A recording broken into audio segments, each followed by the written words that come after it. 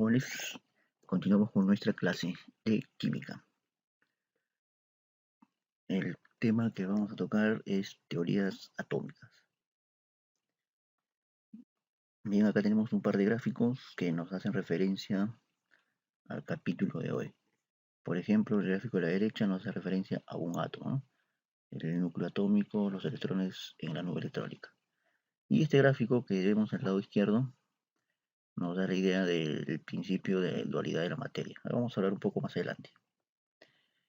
Muy bien, teorías atómicas. Bueno, este dibujito nos da referencia a la evolución de las teorías atómicas a nivel del tiempo. Tenemos acá algunos personajes ilustres. Por ejemplo, tenemos acá a Max Planck, importante pensador y aportante a la ciencia. A un famoso que ya no necesita presentación, Albert Einstein. Y por acá otro famoso, Louis de Broglie. Bien, vamos a continuar con el desarrollo de nuestra clase. Nociones previas. Para entrar a la evolución del desarrollo de la teoría atómica, necesitamos conocer lo que se conocía hace algunos miles de años, remontándonos a la Grecia antigua, ¿no? Si vamos a esa época, había, digamos, en la antigua Grecia, estaban los filósofos, los pensadores de aquel entonces, y todos tenían, básicamente, querían conocer o tener la concepción del mundo, y había una pregunta por la cual todos intentaban llegar a una respuesta, digamos, adecuada, ¿no? ¿Cuál era la pregunta? Bueno, acá la tenemos. La pregunta era, ¿es posible dividir en forma infinita la materia, digamos, en pedazos tan pequeños o cada vez más pequeños, o de repente hay un punto final, ¿no? Hasta donde ya no se pueda dividir. Esa era la, digamos, la interrogante. Entonces, todos los personajes ilustres de la antigua Grecia se ponían a cavilar con respecto a esta interrogante, ¿no? Entre ellos los filósofos más famosos y conocidos de aquel entonces, Platón, Aristóteles, entre otros. Por ejemplo, Platón y Aristóteles, ellos tenían la concepción de que la materia era infinitamente divisible. Quiere decir que era continua, en otras palabras. Sin embargo, pasa el tiempo y aparecen dos personajes muy importantes para la química actual, que son Leucipo y Demócrito. ¿Qué planteaban ellos?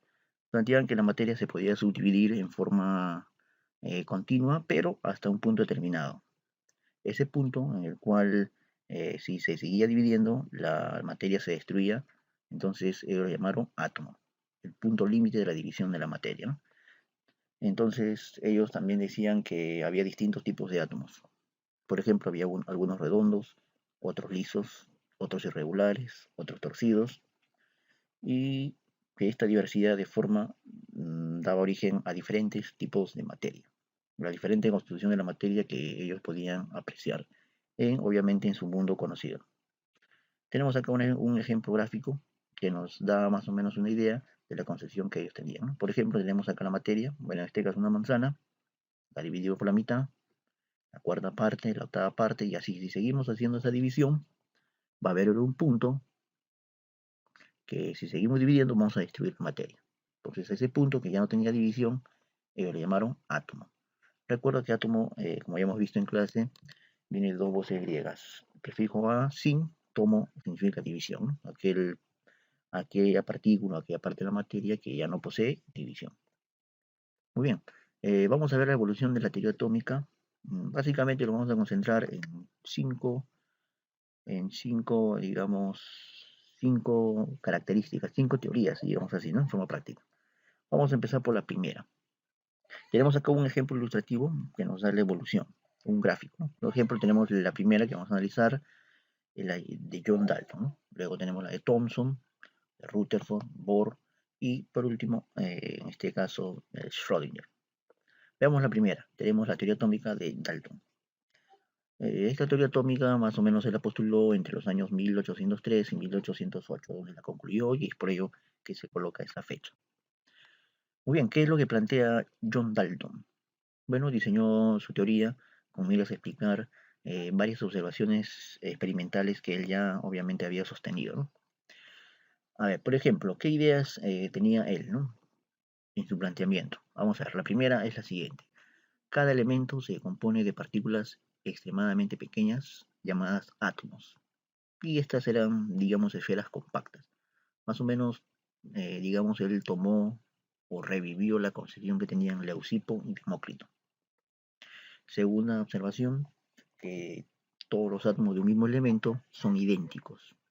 Y obviamente átomos diferentes también son diferentes, ¿no? Y tienen obviamente otras propiedades, entre ellas la masa, ¿no? Tercera, digamos, observación, los átomos de un elemento no se transforman en tipos de átomos diferentes mediante reacciones químicas. O sea, si hay una reacción, mantienen su identidad, ¿no? Pero obviamente forman otras sustancias.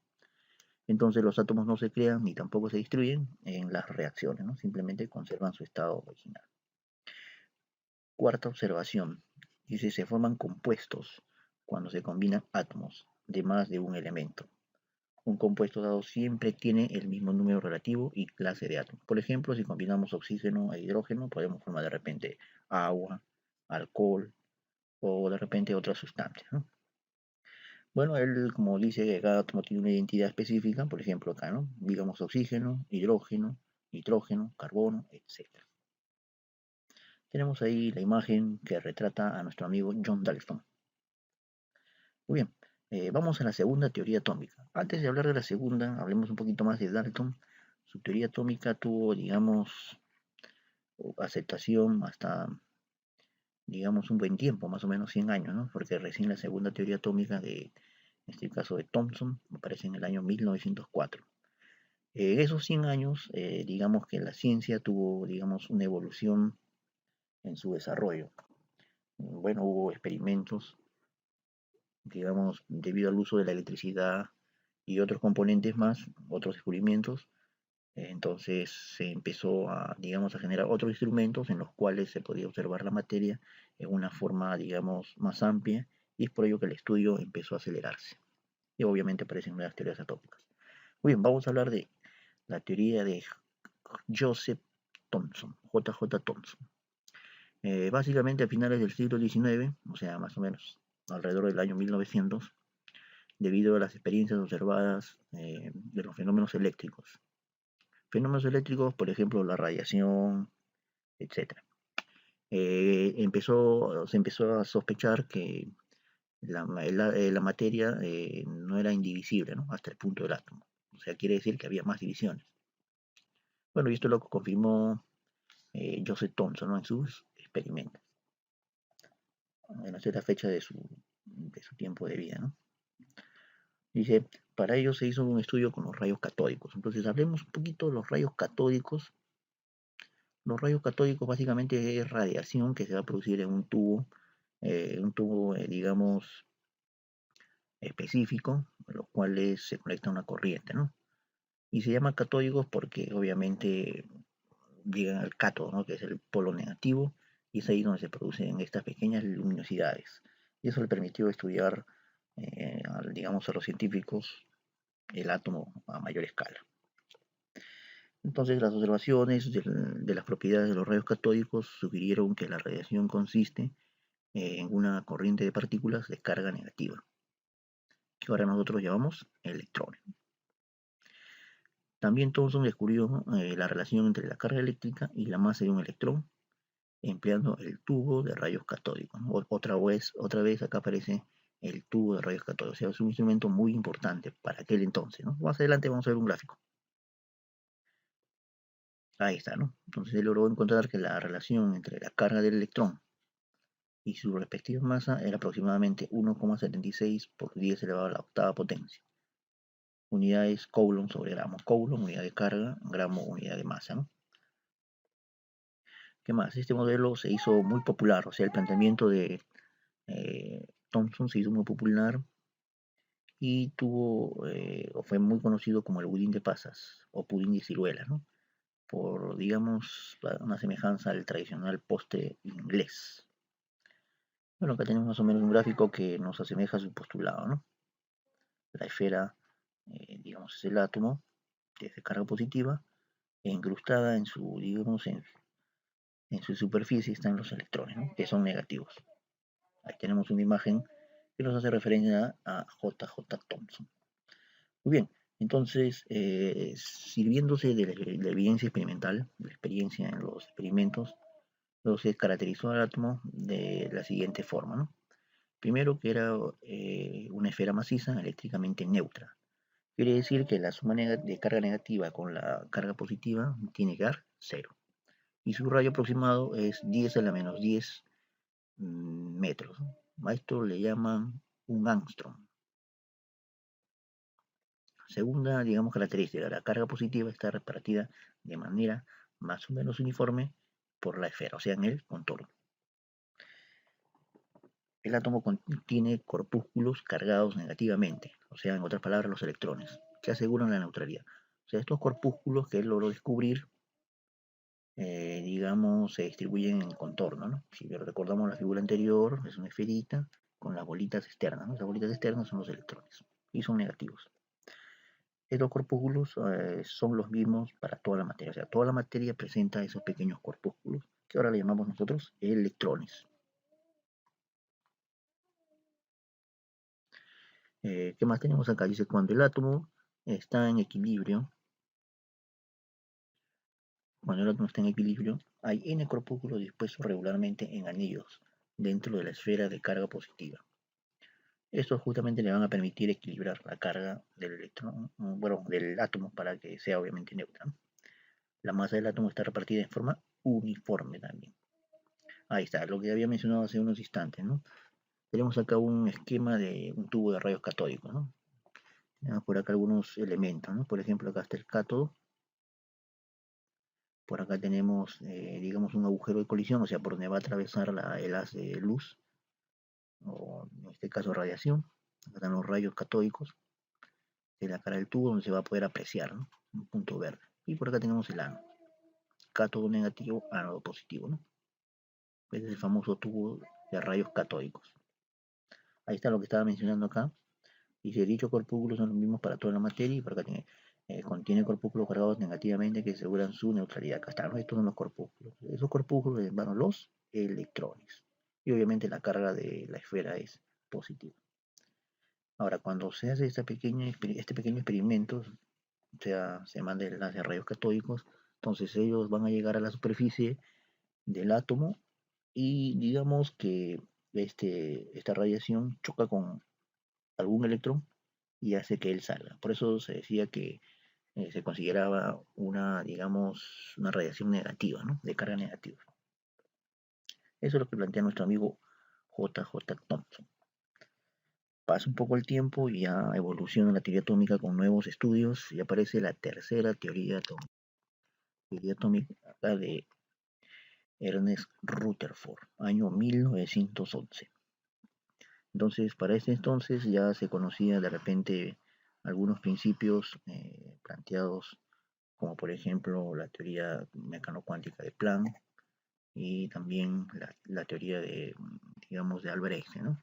El principio de dualidad de la materia y otras propiedades más. A ver, veamos qué pasó con Rutherford. Tenemos acá en el año 1910, Rutherford y sus colaboradores realizaron un experimento que obviamente marcó la discontinuidad del modelo de Thomson. ¿Qué pasó? Vamos a ver. Rutherford estaba estudiando los ángulos con los que las partículas X de un material reactivo, en este caso polonio, se dispersaban al pasar a través de una laminilla muy delgada de oro. O sea, hacían el mismo experimento digamos, de Thomson, pero el ángulo no era el mismo. Entonces, quiere decir que había algo, digamos, en el átomo que hacía la dispersión del haz luminoso, ¿no? ¿Qué pasó acá? Vamos a ver. Entonces, los investigadores que colaboraron con él, con Rutherford, Geiger y Mersenne, observaron que casi todas las partículas alfa, que era, digamos, la radiación que él usaba, tipo alfa, atravesaban directamente la laminilla y sin desviarse. No obstante, había unas cuantas que se desviaban y algunas incluso que rebotaban en la misma dirección en la que venían, ¿no? Entonces, ¿qué pasó? A ver, vamos a ver. En 1911, Rutherford estaba en condiciones de explicar sus observaciones y postuló que la mayor parte de la masa y toda su carga positiva residía en una región muy pequeña, una región extremadamente densa, altamente densa, a la que le llamó núcleo. Entonces, en sus experimentos, él logra descubrir el núcleo atómico. O sea, ya no era una esfera maciza del átomo, no era digamos, una concentración de materia que tenía una pequeña masa concentrada en un pequeño volumen llamado núcleo. Y lo demás era, digamos, vacío, ¿no? Entonces, a él se le debe el descubrimiento, en este caso, del núcleo atómico y de algunos elementos que están en él, ¿no? Después, estudios experimentales subsecuentes condujeron al descubrimiento de las partículas tanto positivas, los protones, obviamente debido a Rutherford, y las partículas neutras, debido a otro personaje, algunos años posterior, ¿no? En el año 1930 más o menos. Entonces, Rutherford descubrió los protones recién en el año 1919. Mira, pasaron 8 años para recién descubrir los protones. Primero se descubrió el núcleo, después los protones y obviamente después los nucleones neutros, en este caso los neutrones, ¿no? Ahí está, el año 1932, James Chadwick. Ahí tenemos una imagen que nos hace referencia a Ernest Rutherford. Veamos qué características plantea digamos, su teoría atómica, ¿no? Que el átomo es eléctricamente neutro. ¿Qué más? A su modelo se le llamó sistema planetario. ¿Qué más tenemos? También tenemos que la masa del átomo y la carga positiva se encuentran concentradas en una región muy pequeña llamada núcleo.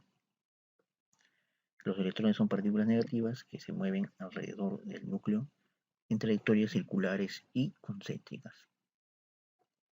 Ahí está, ¿no?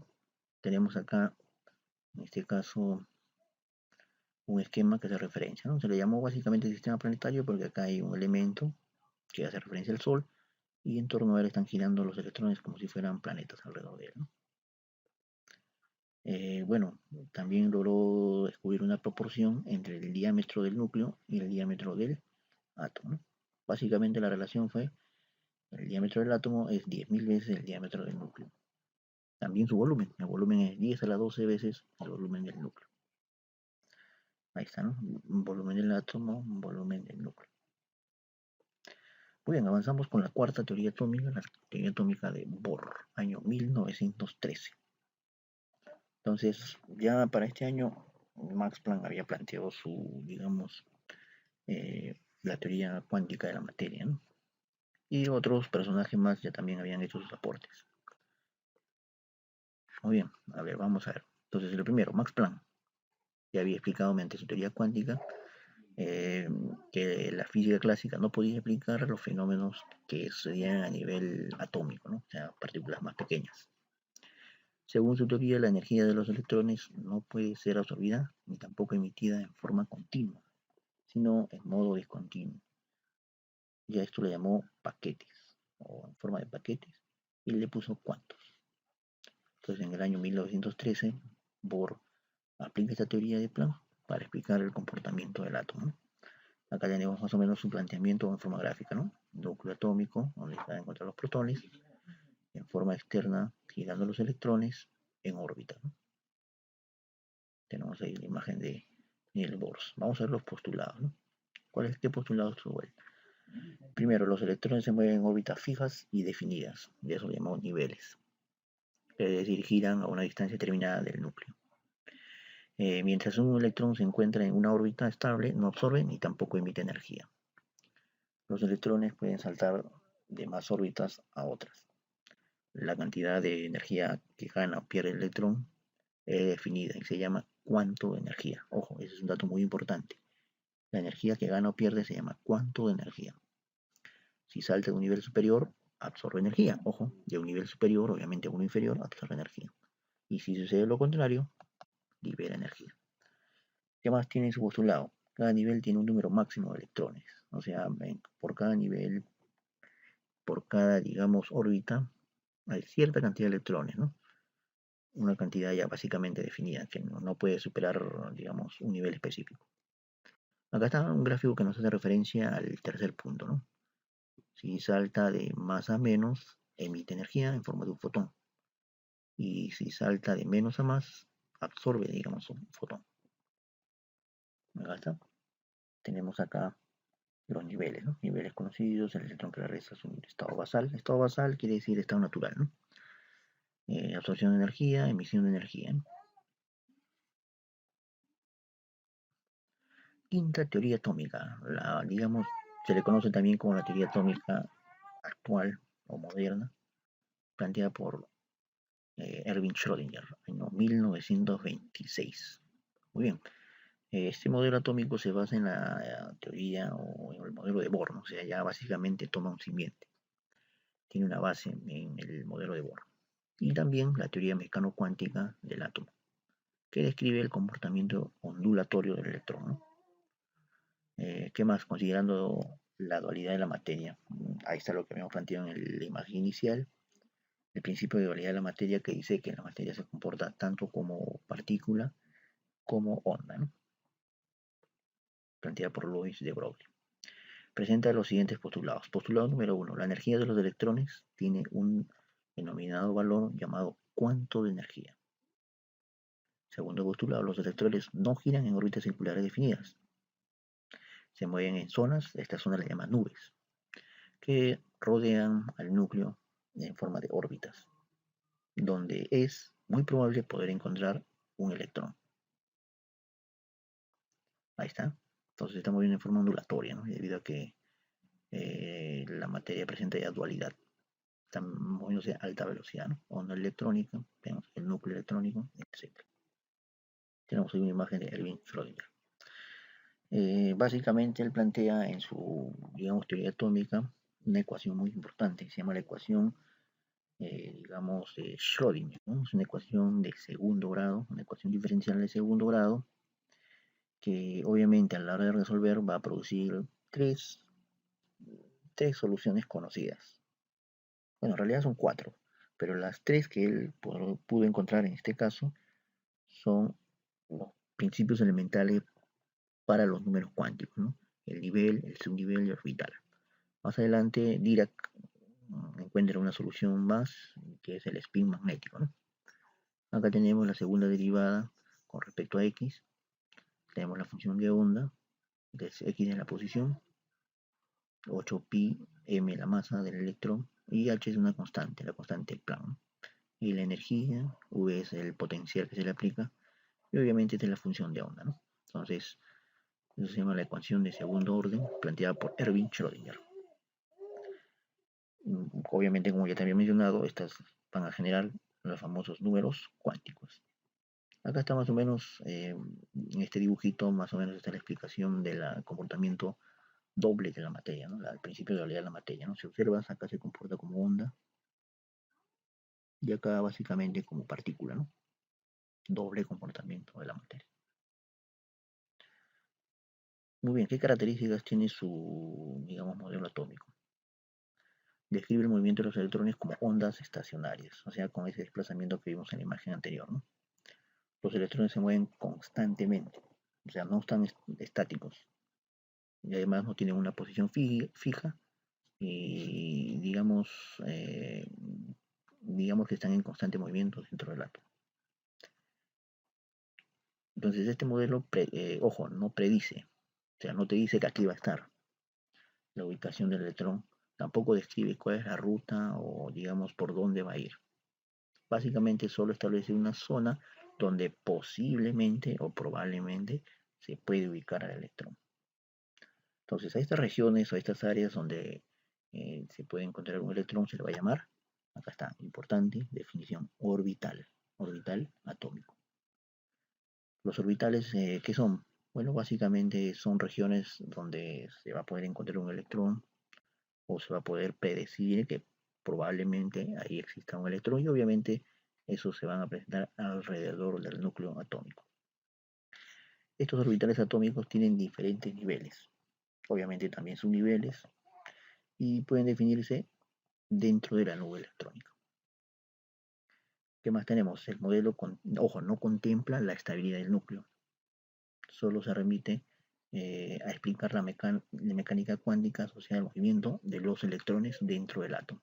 Es por ello que él plantea la ecuación de onda, ¿no? En este caso para los electrones.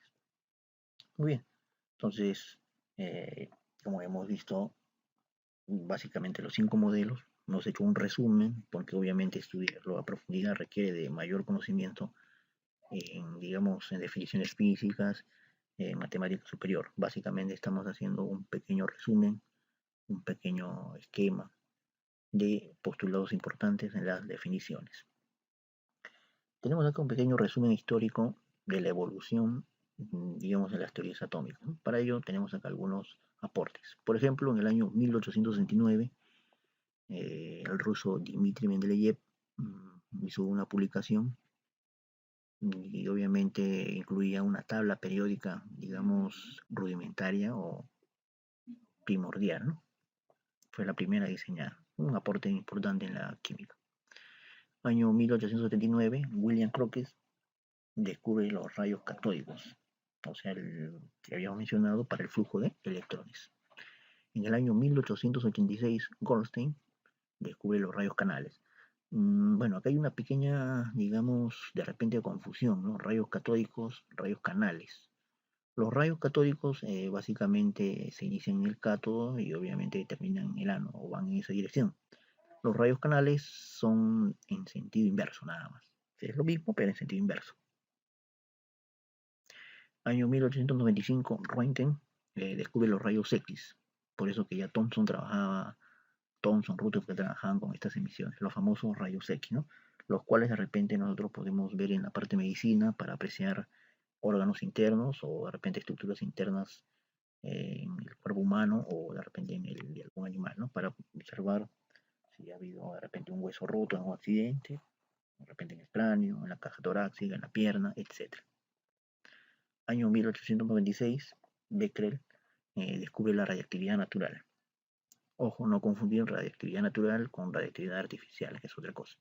Radiactividad natural es obviamente donde el hombre no ha intervenido y está presente en la naturaleza por su propia existencia.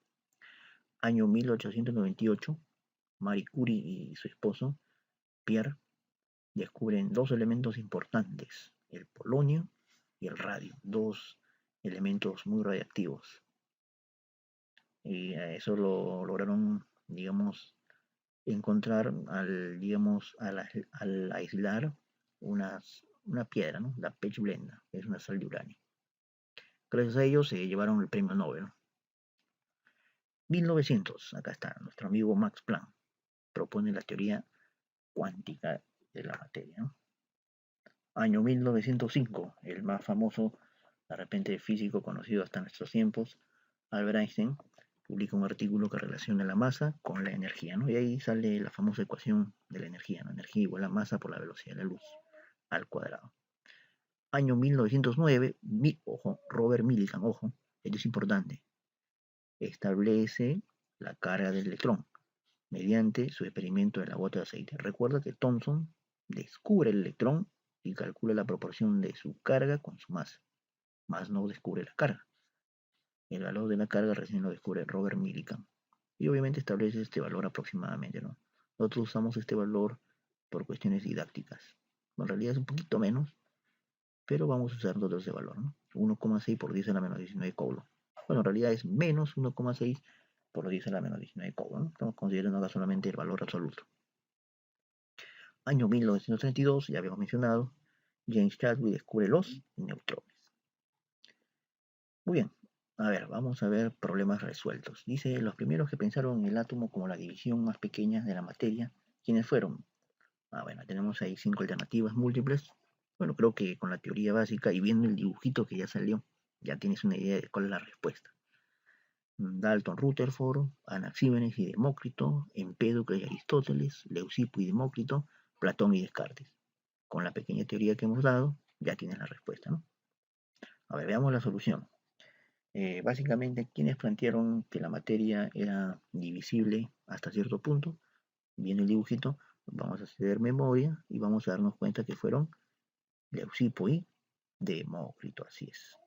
Entonces la respuesta sería la letra B, ¿cierto? Ahí está. Muy bien. Vamos a nuestro segundo ejercicio. Dice el siguiente enunciado: los átomos de un mismo elemento son idénticos. Los átomos de elementos diferentes son distintos y tienen propiedades distintas. Es parte de la teoría atómica de... Thomson, Rutherford, Heiner, Geiger, Dalton. Definición elemental. Si repasamos nuevamente las teorías atómicas, vamos a tener la solución. Entonces, este enunciado, ¿quién lo planteó? Fue uno de los postulados de John Dalton. Respuesta alternativa, la letra E. Muy bien, avanzamos a nuestro siguiente ejercicio. Dice, el modelo de Thomson se le conoce como, ya, otra fácil. Son las siguientes: pudín de ciruela, sistema planetario, sistema térmico, órbitas definidas.